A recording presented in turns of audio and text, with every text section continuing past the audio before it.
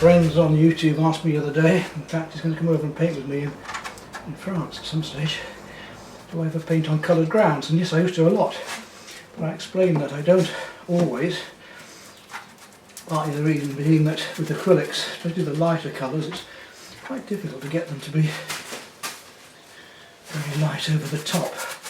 The darker colour underneath tends to come through a bit, especially with more transparent colours, but I do like painting onto a darker ground, or another coloured ground even, doesn't matter what, whether it's bright yellow or whatever, it will give a glow through, uniting the whole painting, which is rather nice. In this case, I've got some lovely flowers to paint, some reds and blue greens that are going to be very rich on a nice purple background because that will give the shadow to it. So let's paint this with a deep violet. Let it dry off quickly. We'll have a go at this little painting out in the garden because these are about to come out. There we go, that'll do nicely. I've got a lovely bunch of peonies coming here, and I want much more of them coming at it before I do it seriously, but we'll have a go at these pink ones in the background. I'll use these two here, but I want to bring that one across to here to make a rectangular composition like that. So let's move things around to suit ourselves, and we'll fit it onto this canvas that we've now just primed. Good idea when drawing out on a coloured ground is to use watercolour pencils because they will just disappear as we paint. This paint's still wet yet. I'm going to use a little harder soft pastel just to work things out on here. Here, nice and big. I think it's much bigger than it actually is. Leaves coming off there, and then another, and this other one across from here to here. There's a lovely composition like this. This and this.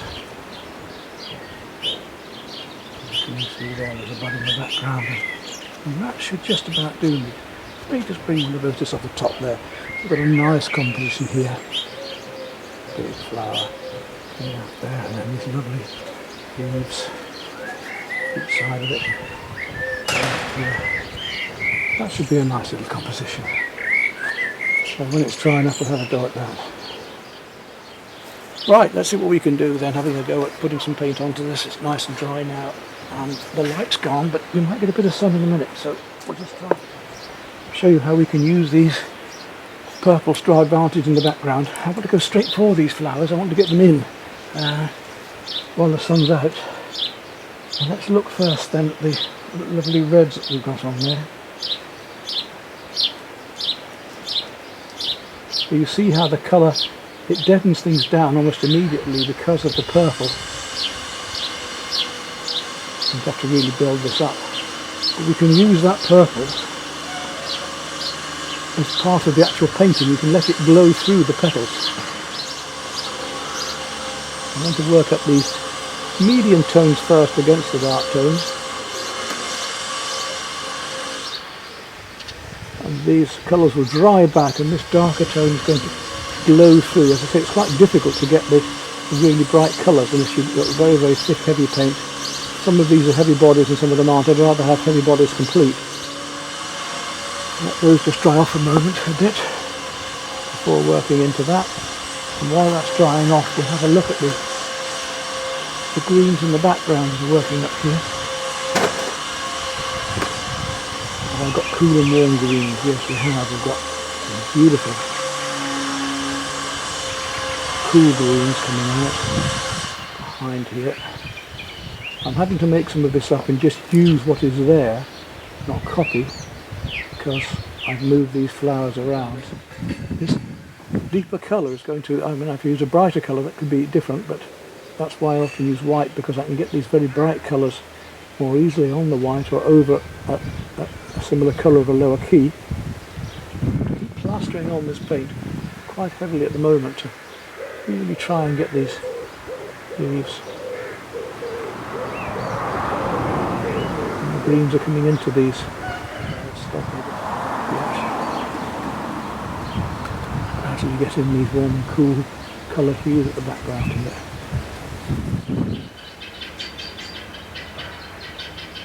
There's these petals on edge, the dark just glowing through them there. Gosh, nice. Painting the paint fairly thickly on a primer, straight on and impasto. Right, let that dry off a bit. Whilst it's doing that, we'll come back to look at these pinks that are going on in the background here. Come into these flowers on the tips of the petals a bit. You can look across. See down here. Build up this glow in the background. See how these hairbell colours are all sinking back. Deeper Prussian blue to work into some of these darks. Let's come back up into here and do just that. So around this area here.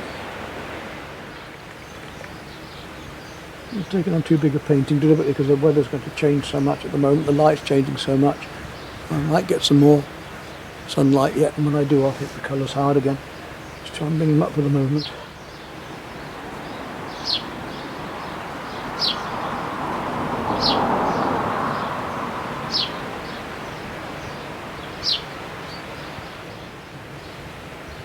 The sunshine is really, it does come through. I really pick up on some of these things.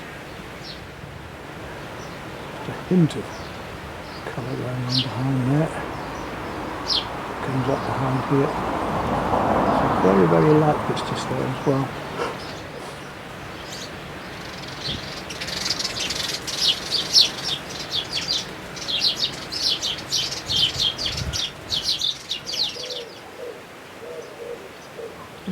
Just start to paint the lighter colours over the top now to bring these out.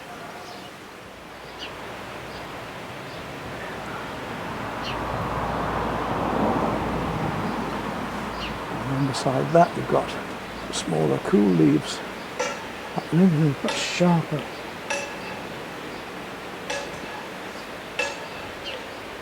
Kind of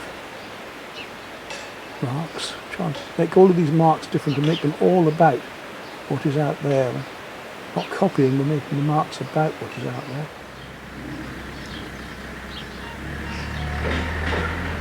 Now, if I come back to my warmer reds, I should be able to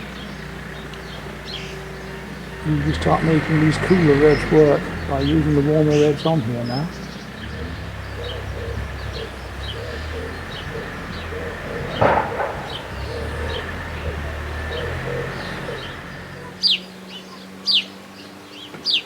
Now we've got a bit of sunshine coming out. That means I can quickly try and look at how these flowers are shining in the light.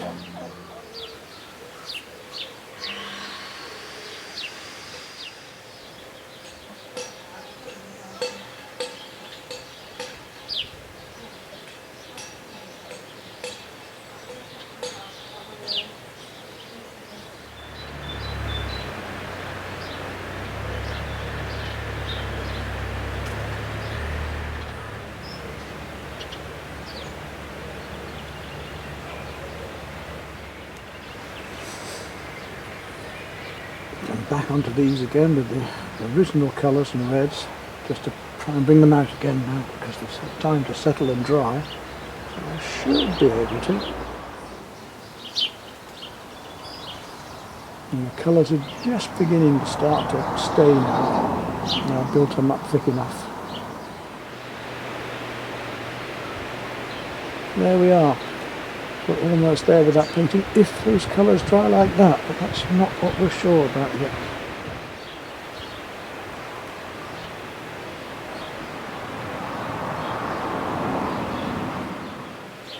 Amazing the amount of colour that are going on in something. You actually try and pick up on it, you can start to see these reflected colours.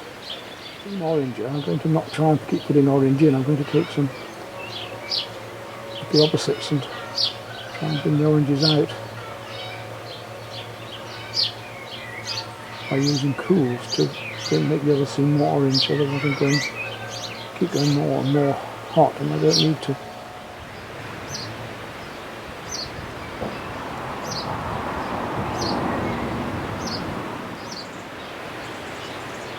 The sun comes out again and getting a little bit of orange red. Happening on top of some of these, which I need to bring in.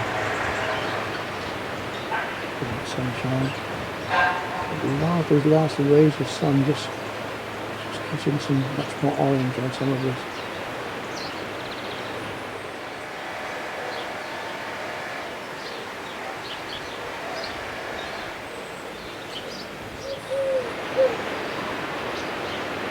There we are again, the light's on it and we can see what we're doing a bit now, but it's really helping me. Let me just take a bit of white and that flash pink.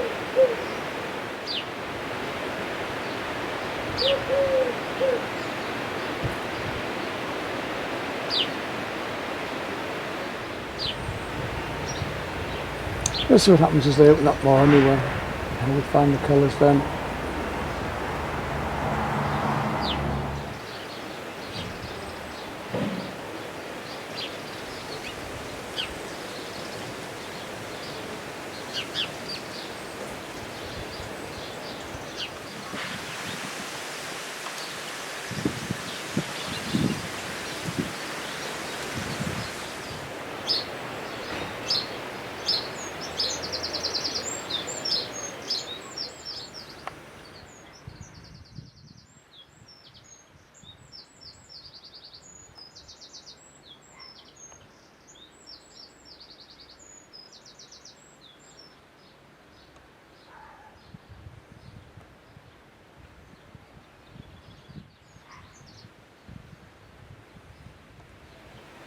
Maybe that varnishing makes quite a bit of difference. We'll just see. I'll put this varnish on how the colours deepen a bit richer.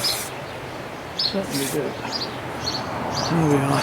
If we go back onto that, the colours have sunk so much that now that's a lot better.